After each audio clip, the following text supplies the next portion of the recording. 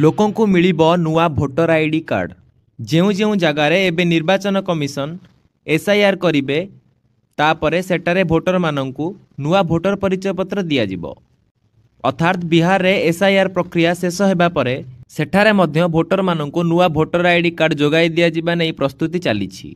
एने जातीय गणमाध्यम ray report प्रकाश पाइछि। निर्वाचन आयोगर सूत्ररू प्रकाशित रिपोर्ट मुताबक बिहार रे एसआईआर समय रे भोटर मानंकु नुआ फोटो अपडेट करबाकू कुहा जाइछि, जहाकी नुआ भोटर आईडी कार्ड तैयारी समय रे व्यवहार हेबो बोली कुहा जाउछि। वर्तमान समय रे बिहार रे जेउ भोटर सूची प्रस्तुत करा जाइछि सेथिरे राज्य रे मोट 7.24 कोटी भोटर थिबा जणा पड़िछि। तेबे आसंता सेप्टेम्बर 30 तारिख रे अंतिम भोटर लिस्ट जारी करा जिवो। जानी रखिबा उचित जे बिहार रे विधानसभा निर्वाचन अक्टोबर नवेम्बर मासरे हेबाकू जाउछि, जेउथि पई निर्वाचन आयोग एबे एएसआई प्रक्रिया जारी रखिछि।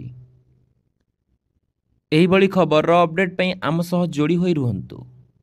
धन्यवाद।